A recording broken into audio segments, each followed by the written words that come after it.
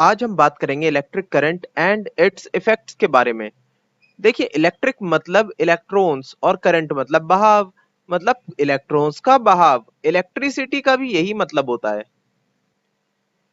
बूझो और पहेली एक मेले में गए जहां पे एक गेम खेला उन्होंने जिसका नाम था how steady is your hand, जिसके अंदर एक हाथ में जो है ना आपके डंडा दे दिया जाता है और उसके लास्ट में जो एक हुक होती है मेटल की।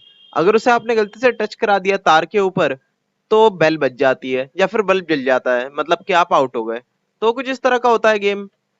ये देखिए, हम घर पे ही बना सकते हैं। ये दो कीले लगा दी, बीच में एक तार, और इससे हमने कनेक्ट कर दी एक बैटरी, ठीक है। और साथ में हमने बल्ब इसलिए लगा दिया है ताकि हमें पता चलता रहे कि कब ये चीज टच हुई आपकी मेटल के रॉड से। और ये तो एक स्विच का काम कर रही है हमारे, ये पिन है ना। तो ये जैसे इससे टच करेगी ये तार से, ये जो आपकी चाबी आपने उल्टी लगा रखी है, वैसे ही ये लाइट जल जाएगी, मतलब कि आप आउट हो गए। कितना आसान था ना ये। अब इस चीज को ड्रॉ करना कितना मुश्किल है पर पेपर के ऊपर। इन्होंने तो सब कुछ कॉपी पेस्ट कर दिया इमेज को, पर आप इसे कैसे बनाएंगे कॉपी में, इसका भी एक तरीका दे रखा है। 14.1 में कह रहे हैं सिंबल ऑफ इलेक्ट्रिक कंपोनेंट्स, मतलब कि अगर आपको पेपर पे बनाना हो तो इतने कॉम्प्लेक्स डिजाइन बनाने की जरूरत नहीं है, आपको सिंप्लीफाई कर दी इस चीज को। उसके लिए देखिए बहुत कुछ लिख रखा है इन्होंने, ताकि आप इस टेबल को समझ जाएं। अगर आपको इलेक्ट्रिक सेल बनाना है तो ऐसा बनाने के बजाय आप इस तरह का बना सकते हैं। वो सिंबल क्या होता है, ये बड़ा वाला पॉजिटिव टर्मिनल और छोटा वाला नेगेटिव टर्मिनल। आपको तो पता ही होगा पॉजिटिव और नेगेटिव टर्मिनल। नहीं पता तो इसमें कुछ खास बात नहीं है। नेगेटिव टर्मिनल पे बहुत सारे इलेक्ट्रॉन्स आके इकट्ठा हुए रहते हैं। वो बनाने वालों ने ही ऐसा बनाया होता है सेल को। अब क्या होगा, जैसे कि आप तार कनेक्ट करेंगे दोनों तरफ से, तो उस चीज से पार होना चाहेगा ये इलेक्ट्रॉन, यहां से निकल के भागना चाहेगा, क्योंकि एक जगह पे बहुत सारे नेगेटिव चार्ज है। भाग कर जाएगा तो तार से गुजरता हुआ दूसरी साइड से पॉजिटिव टर्मिनल पे आके चिपक जाना चाहेगा। और ऐसे ये होता रहेगा जब तक कि ये पूरी बैटरी या कहें तो सेल डेड ना हो जाए। दूसरे नंबर पे इलेक्ट्रिक बल्ब। इस तरह से बनाने के बजाय आप इस तरीके से बना सकते हैं। बीच में ये जो आपने गोल सा बनाया है ये आपका फिलामेंट को दर्शाता है, और ये साइड में बल्ब गोल सा। और स्विच बनाना हो तो आप जो है सीधे डंडी खींच दीजिए एक, है ना, और डॉट्स लगा दिए दो। ये क्लोज सर्किट या फिर कहें तो क्लोज स्विच है। क्लोज स्विच का मतलब है कि ऑन है कोई भी चीज इससे अटैच हुई हुई, मतलब बिजली पार हो रही है इसके। जबकि ये ऑफ स्विच आपको दिखाना हो तो ऐसे दिखाएंगे आप कि यहां से करंट पार नहीं हो सकता। इसको आप ओपन स्विच भी बोल सकते हैं। वैसे ही बैटरी को अगर दिखाना हो तो बैटरी होता कुछ नहीं है, कई सेल्स को आपस में जोड़ देंगे आप तो बैटरी कहलाती है। उसे आप दो सेल्स को बीच में डॉट डॉट दिखाकर दर्शा सकते हैं। वैसे ही वायर को दिखाना हो तो सीधी लाइन खींच दी है। यहाँ पे यही बता रहे हैं कि बैटरी कुछ नहीं बल्कि बहुत सारे सेल्स को ही हम कह देते हैं बैटरी, एक जगह पे लगे हुए को। बैटरीज का इस्तेमाल होम अप्लायंस में बहुत ज्यादा होता है, जैसे टीवी, रिमोट, टॉयज वगैरह। जबकि बड़े बड़े अप्लायंस जैसे कि टीवी, फ्रिज, ये सब जो है डायरेक्ट करंट से ही चल जाते हैं। वो मतलब डायरेक्टली करंट से चल जाते हैं, उन्हें बैटरीज की जरूरत नहीं पड़ती। वैसे अगर आप चाहें तो एक बड़ी सी बैटरी लाके आप उससे भी ये सब चला सकते हैं, पर इतना करेगा कौन, है ना। देखिए यहाँ पे बता रखा है कि कैसे एक से ज्यादा सेल्स को आप जोड़कर बैटरी बना सकते हैं। ऐसे आप दो लगा सकते हैं या फिर चार भी लगा सकते हैं। इसमें देखा हो आपने, हमेशा जो है नेगेटिव टर्मिनल पॉजिटिव टर्मिनल से जोड़कर दिखा रखा है ना। इसे चाहे तो आप तार के जरिए भी कर सकते हैं ताकि आपकी जगह बचे ज्यादा से ज्यादा।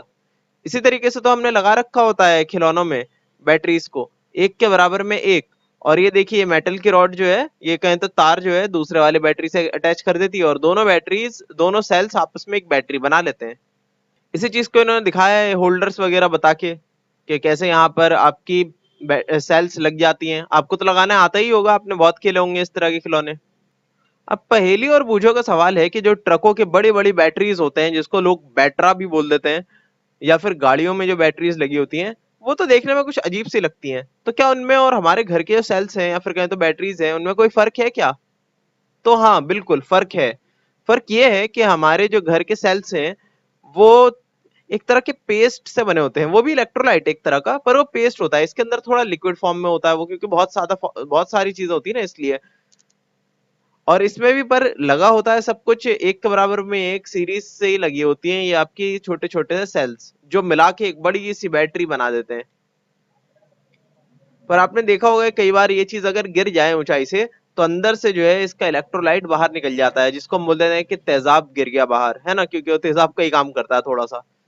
तो ये बस फर्क है, जबकि हमारे घर के सेल अगर गिर भी जाए तो उसके अंदर से कुछ बाहर नहीं निकलने वाला, क्योंकि वो तो एक तरह का पेस्ट है, एक तरह का सॉलिड, या फिर कहते हो सेमी सॉलिड जैसा कुछ आपको दिखेगा उसके अंदर भरा हुआ।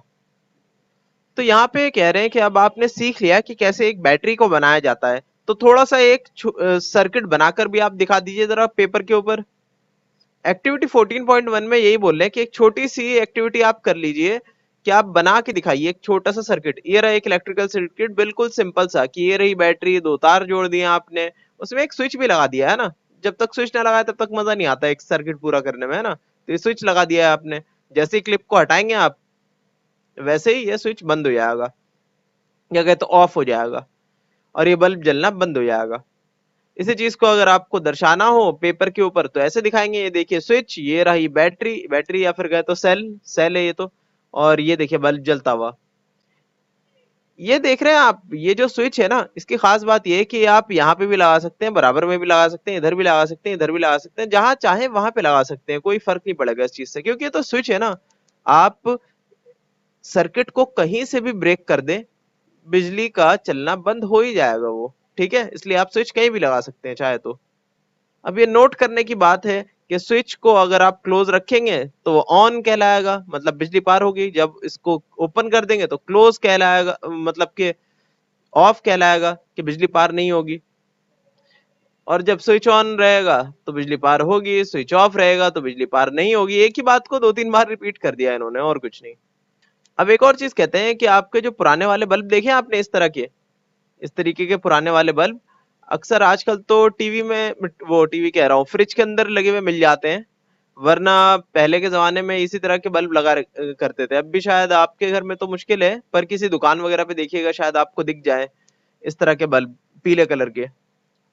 इसमें क्या होता है, एक फिलामेंट होता है इस तरह का, एक गोल सा घुमा हुआ फिलामेंट।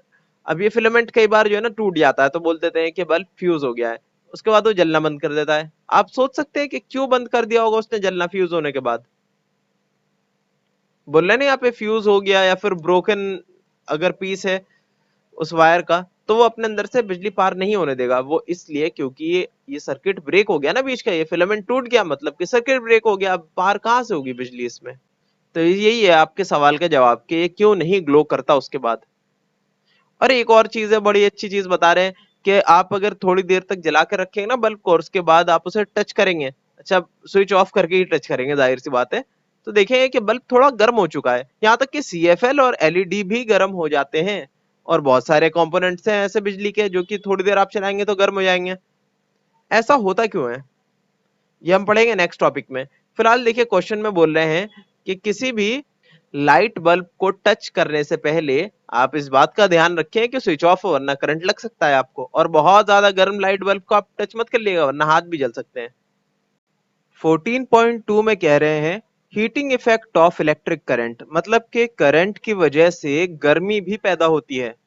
एक्टिविटी 14.2 में बता रहे हैं कि अगर आपने एक बल्ब लिया, उसे जलाकर थोड़ी देर छोड़ दिया, तो आप ये देखेंगे कि वो गर्म हो चुका होगा बल्ब। उसके बाद अगर आप उसे थोड़ी देर तक के लिए ऑफ कर देंगे तो वो वापस ठंडा हो जाएगा। मतलब इलेक्ट्रिसिटी का हीटिंग से कुछ लेना देना तो है।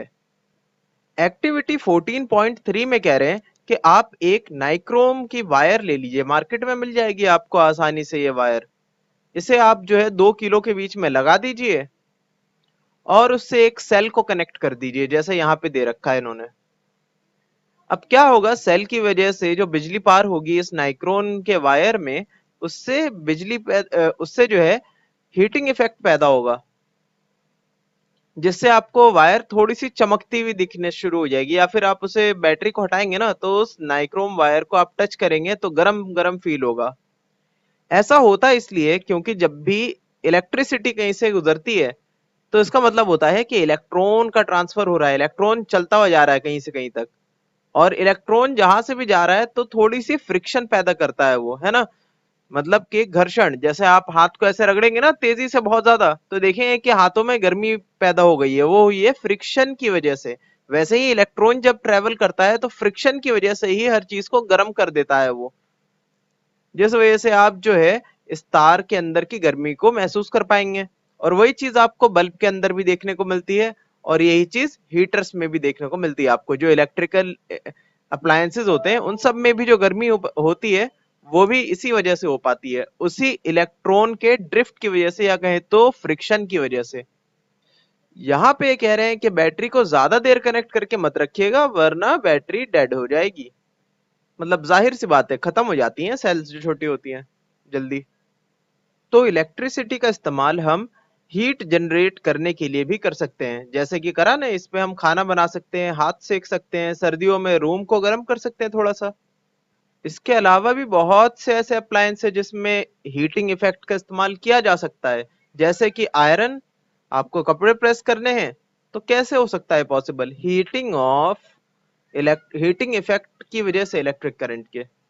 और देखिए, कोई भी हीटिंग इफेक्ट का आपको इस्तेमाल करना है ना इलेक्ट्रिक अप्लायंस के अंदर, तो उसमें आम तौर पे एक ही तरीका होता है, वो होता है कि आप कॉइल को गर्म कर लीजिए। ठीक है, जैसे कि यहाँ पे देख रहे हैं ना, ये कॉइल है आपकी। इस कॉइल को, मतलब एक पतली सी तार होती है जिसे आप गर्म कर लिया, और उसके बाद किसी चीज को, किसी प्लेट को, या फिर उसके आसपास जैसी भी चीज आपको लगानी है उसे आप और गर्म कर लीजिए। फिर उसके बाद उसका इस्तेमाल करिए। डायरेक्ट उसका इस्तेमाल तो नहीं कर सकते क्योंकि उसमें करंट भी दौड़ रहा होता है साथ ही साथ। तो उसको डायरेक्ट टच कर लेंगे, पता लग रहा है करंट लग गया अलग से। तो उसका जो है ना, साथ में प्लेट का या फिर कोई और चीज का इस्तेमाल साथ में करना जरूरी रहता है। जैसे कि इसके ऊपर ये बड़ी सी प्लेट लगा रखी है, डायरेक्ट कॉइल को तो हम नहीं चला सकते ना कपड़ों के ऊपर, पता लग गया जल ही रहा है वो, आग ही लग गई। पर हीटर में ऐसा नहीं करते, डायरेक्ट का इस्तेमाल कर लिया जाता है इसके अंदर। पर थोड़ा सा ऊपर उठा कर रखना पड़ता है हमें, है ना, बेस से थोड़ा सा ऊपर रखना पड़ता है अपने पतीले को, ताकि वो गर्म हो, वरना टच करेगा ना तो करंट लगने का खतरा रहता है।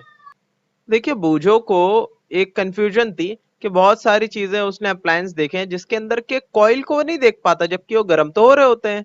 जैसे कि यही प्रेस, तो उन सब के अंदर कॉइल आपको मिलेगा जब आप खोल के देखेंगे तो। मैं ये नहीं बोल रहा कि आप खोल के देखने ही लग जाएं, पर आम तौर पे हर चीज के अंदर आपको उस तरह की कॉइल मिल जाएगी जो कि गर्म हो रही होगी। जैसे कि immersion rod, room heaters, hot plates, iron, geyser, और भी बहुत कुछ। इलेक्ट्रिक केटल्स भी जो होते हैं उनमें भी वायर का इस्तेमाल होता है। हेयर ड्रायर्स हैं, उसमें तो देख भी सकते हैं आप दूर से ही, हेयर ड्रायर के अंदर। देखिए, बल्ब का फिलामेंट कुछ इस तरह का दिखने में लगता है आपको। ठीक है, ये जल रहा है ना, जल इसलिए रहा है क्योंकि इसमें बहुत ज्यादा इलेक्ट्रॉन्स का ट्रांसफर हो रहा है, जिसकी वजह से बहुत ज्यादा हीट निकल रही है। अब उस हीट जो निकल रही है उसमें बिजली खर्च होती है, और साथ ही साथ इतनी ज्यादा गर्म चीज जो है ना, चमकती भी है। आप देखिएगा, कोई भी चीज जब बहुत ज्यादा गर्म होगी ना तो चमकेगी भी। तो इसकी जो लाइट है उसका इस्तेमाल हम आमतौर पे करते हैं, बल्ब के लाइट का इस्तेमाल। अब इसमें होता क्या था कि ज्यादातर आपकी इलेक्ट्रिकल एनर्जी जो है ना, वो हीट बनाने में डिसिपेट हो जाती थी, जबकि हमें तो इस्तेमाल चाहिए लाइट का। तो इतनी सारी एनर्जी वेस्ट ना हो, इसके लिए हमने नई नई टेक्नोलॉजी बनाई। ये देखिए, आजकल क्या क्या इस्तेमाल होता है। पहले तो थोड़ी पहले जो है CFL इस्तेमाल होते थे, मतलब कॉम्पैक्ट फ्लोरोसेंट लैंप्स, जिसके अंदर हीट कम जनरेट होती थी, लाइट ज्यादा जनरेट होती थी। आजकल उससे भी ज्यादा एडवांस टेक्नोलॉजी आ गई है LED के नाम से, मतलब लाइट एमिटिंग डायोड। ये उससे भी ज्यादा इफेक्टिव है, ये और कम बिजली लेते हैं और ज्यादा उजाला देते हैं हमें। कह रहे हैं कि आप इस बात का ख्याल रखिए कि कोई भी इलेक्ट्रिकल अप्लायंस लेना तो ISI का मार्क उस पर जरूर होना चाहिए। ISI मतलब इंडियन स्टैंडर्ड्स इंस्टीट्यूशन, के इंडिया में हर चीज का एक स्टैंडर्ड बरकरार रहे, इसको ये देखती है ISI नाम का इंस्टीट्यूशन जो है। तो इससे क्या होगा कि आप कोई चीज खरीद कर लाएंगे, उस पर ISI का मार्क होगा ना, तो इस बात का आपको खतरा कम होगा कि उसमें शॉर्ट सर्किट हो जाए या फिर जो है उसमें कोई फॉल्ट निकले। उसे अच्छी तरीके से बनाया गया है। और साथ ही साथ ये चीज समझिए कि CFL जो पहले आते थे ना, उसमें थोड़ा सा नुकसान ये था कि पर्यावरण के लिए नुकसान पहुंचाता था वो, क्योंकि उसके अंदर की चीजें जो है ना वो थोड़ी टॉक्सिक नेचर की थी, अंदर का जो पाउडर था उसका। पर अब LED में वो मुसीबत नहीं है। देखिए, यहाँ पर ये चीज बताई है उन्होंने कि बल्ब कैसे जलता है, जो कि मैंने बता दिया, बहुत ज्यादा गर्मी की वजह से लाइट भी छोड़ता है हीट के साथ साथ, और उस लाइट का ही इस्तेमाल हम करते हैं बल्ब में। अब हीटिंग इफेक्ट का एक और बहुत अच्छा एग्जाम्पल है आपके पास, या कहें तो एक बहुत अच्छी एप्लीकेशन है, कि घरों में फ्यूज लगा दिए जाते हैं। फ्यूज देखिए कुछ इस तरह का होता है, आपने भी जरूर देखा होगा, उसमें एक पतली सी तार है ना, ये वायर, इसका काम ये होता है कि मेन स्विच में लगा होता है हमारे मीटर के पास। उसमें अगर बहुत ज्यादा समझिए कि इलेक्ट्रिकल सप्लाई का सरप्लस हो गया, मतलब बहुत ज्यादा जो है चार्ज दे दिया उसने अपने अंदर से, या कहें तो हाई वोल्टेज पे आ गई बिजली आपके घर में, तो ये क्या होगा, उस हीटिंग इफेक्ट की वजह से पिघल जाएगा तार, और जो है लाइट आपकी भाग जाएगी। अब सोचेंगे आप कि अरे भाई तो फिर किस काम का लाइट भाग जाएगी, तो जवाब है बहुत काम की चीज है ये। इसलिए क्योंकि लाइट उस टाइम पर अगर नहीं भागी तो आपके घर में ब्लास्ट हो जाएंगे कई सारे। आपके घर का जो टीवी पंखा फ्रिज ये सब है, ये बूम बूम बोलेंगे फिर, मतलब कि फ्यूज हो जाएंगे सारे ही, खराब हो जाएंगे वो सारे अप्लायंस। तो उस चीज से बचाने में बड़ा काम आता है। ये तो आप बदल लेंगे 50 रुपए की, पर घर के अप्लायंस थोड़ी ना खराब करने देंगे इसकी वजह से। और इसी में क्या करते हैं कुछ जो है, कुछ ज्यादा समझदार बनने की कोशिश करते हैं। वो क्या करते हैं कि ये बार बार उनका जो है ना, हो सकता है कि उनके इलाके में जो है बहुत ज्यादा जो है इस तरह का हाई वोल्टेज की प्रॉब्लम आती होगी, कि फ्यूज हो जाता होगा बार बार, तो क्या कर देते हैं, ये मोटी सी तार लगा देते हैं इसके अंदर, कि वो जो है तार पिघले ही ना। उससे क्या होता है, उनके घर के अप्लायंस ही खराब हो जाते हैं। तो ऐसा नहीं करना चाहिए हमें। हमें जो है जैसा फ्यूज आया वैसे डायरेक्ट लगाना चाहिए इस चीज को। इसकी वर्किंग यहाँ पे बता रखी है कि कैसे ये हीट के साथ जो है बहुत ज्यादा वोल्टेज पे पिघल जाता है। एक्टिविटी 14.4 में कह रहे हैं कि वही वाली एक्टिविटी करिए आप, ये वाली तार लगाकर इसमें बैटरी जोड़ने वाली, या फिर कहें तो सेल जोड़ने वाली। इससे क्या देखा था आपने कि ये वायर गर्म हो गया था। अब इस वायर में तो बहुत ताकत है, तो इस वायर को बदल दिए आप ना, यहाँ पर लगा लीजिए, वो नहीं आता स्टील वूल कहते हैं जिसको, या फिर स्टील की पतली सी तार आती है, मार्केट में आपको मिल जाएगी। बर्तन साफ करने वाली एक आती है स्टील का, जो साफ करने वाला होता है, एक छोटा सा स्पंज टाइप का होता है, पर होता है वो उसकी स्टील के वूल का, ठीक है। उसमें एक पतला सा तार निकाल लीजिए उसका एक, और उसे लगा दिए दोनों किलो में, तो पतला सा तो होएगा ही, थोड़ा सा गर्मी अगर उसे मिलेगी ना तो फिर वो पिघल भी जाएगा। अब क्या है कि आप ना एक सेल से तो कुछ नहीं बनेगा, 4 5 6 7 सेल को एक साथ जोड़िएगा, फिर देखिएगा गर्म होने के बाद क्या वो पिघल के टूटता है? तो टूट ही जाना चाहिए। अगर पतला सा आपने कुछ लिया होगा तो टूट जाएगा आसानी से। ये आप कर सकते हैं। और इसी प्रिंसिपल पे आपका फ्यूज भी काम करता है। और ये तो हमने बात कर ली बड़े बड़े फ्यूज की, जो कि मेन स्विच में लगे होते हैं। पर ये छोटे छोटे छोटे फ्यूज भी आते हैं आपके मार्केट में। ये किस लिए काम आते हैं? आपके घर के अंदर जो होता है ना, फ्रिज हो गया, पंखा हो गया, या फिर मतलब मिक्सी हो गई, बहुत सारे ऐसे डिवाइस हैं जिसके अंदर अपना एक अलग से फ्यूज लगा देती है कंपनी। क्या करती है कि मान लिया आपके मेन बोर्ड से किसी वजह से नहीं जुड़ा हुआ, आपने किसी बैटरी में लगा दिया और खराब बैटरी निकली, उससे वो बहुत ज्यादा चार्ज मिल रहा है उसको, या फिर किसी वजह से शॉर्ट सर्किट हुआ और आपने फ्यूज में कोई कलाकारी कर रखी थी, या फ्यूज आपने लगवाया ही नहीं, तो कम से कम उस डिवाइस को बचाने के लिए दूसरा फ्यूज है, जो कि टूट जाएगा, मतलब फ्यूज हो जाएगा, और आपके डिवाइस को बचा लेगा। आप इसे चेंज कर दिएगा बाद में फ्यूज को। आपके लिए एक वार्निंग है कि ये जो फ्यूज है ना मेन बोर्ड का, ये आपके घर में भी लगा होगा, पर इसे आप खोलने की कोशिश मत करिएगा वरना करंट लग सकता है। देखिए आपने सुना होगा कि शॉर्ट सर्किट हो गया, तो शॉर्ट सर्किट का मतलब क्या होता है? मतलब कि करंट को जो पूरा डिस्टेंस कवर करना था एक डिवाइस के अंदर जाकर घूम फिर कर जो वापस आना था अपनी जगह पे, वो करने की बजाय वो बीच में से एक छोटा सा रूट, या फिर कहें तो छोटा सा रास्ता लेकर वापस आ जाता है जल्दी जल्दी, और बहुत हाई वोल्टेज का करंट जो उससे पास हो जाता है, या हाई वोल्टेज नहीं, बहुत ज्यादा करंट जो उसमें पास हो जाता है। ये कैसे होता है? मान लिए कि आपने दो तार लगा रखे थे किसी एक डिवाइस में, वो तार आपस में कनेक्ट हो गए किसी वजह से, या तो पिघल गया, या फिर नंगी तारें थी वो आपस में टच हो गई, तो होता है शॉर्ट सर्किट। उसमें बूम की आवाज आती है, और जिस डिवाइस से वो कनेक्ट होता है ना उससे भी खराब कर देता है। या फिर एक और वजह होती है शॉर्ट सर्किट होने की, कि आपने जिस डिवाइस में लगाया उस डिवाइस के कंपोनेंट्स अंदर से गर्म होकर पिघलने लग गए। अब वो पिघले हुए कंपोनेंट्स आपस में टच करेंगे और फिर से शॉर्ट सर्किट हो जाएगा। तो ये दो रीजन हो सकते हैं, या तो तार का आपस में टच हो जाना, या फिर उस डिवाइस के अंदर के पार्ट्स पिघल के आपस में टच हो जाना, इसकी वजह से शॉर्ट सर्किट होता है। अब डिवाइस में कई बार ये भी होता है कि आपने जो प्लग लगाया, प्लग ही आपस में टच कर गया, प्लग के अंदर का जो डिवाइस है, मतलब जो होते हैं ना मेटल के पीसेस, वो टच हो गए अंदर से ही, तो एक तरह से वायर का टच हो गया, नहीं कह सकते हैं आप उसको। तो इन सारी चीजों से बचने का एक बहुत अच्छा तरीका फ्यूज लगा लेना है, जितना हो सके उतना बेहतर। और आजकल तो फ्यूज का टाइम भी खत्म हो गया। अब क्या लगते हैं मिनिएचर सर्किट ब्रेकर्स, या फिर एमसीबी। आई होप कि आपने भी इसके बारे में सुना ही होगा। इसमें क्या होता है कि फ्यूज बार बार टूटेगा, मतलब बार बार फ्यूज हो जाएगा, उसे चेंज करवाओ। तो इससे बढ़िया है कि एक ऐसी डिवाइस लगा लो अपने घर में जो कि फ्यूज होने के बजाय सिर्फ स्विच ऑफ कर दे, जैसे ही बहुत ज्यादा हाई वोल्टेज का करंट आया आपके घर में, तो यही काम होता है इसका एमसीबी का। ये अचानक से ऊपर रहता है और नीचे गिर आता है जैसे ही बहुत ज्यादा वोल्टेज आई, तो फिर जब वोल्टेज शांत हो जाए थोड़ी सी, वापस उसको ऊपर कर दिए, घर में लाइट आ गई। लेकिन फ्यूज लेते टाइम कंजूसी ना करें, ठीक ठाक पैसे खर्च करें और आईएसआई मार्क वाले फ्यूज ही लिया करें, वरना घर में ब्लास्ट हो सकता है भाई। और साथ ही साथ आग लगने का खतरा भी होता है।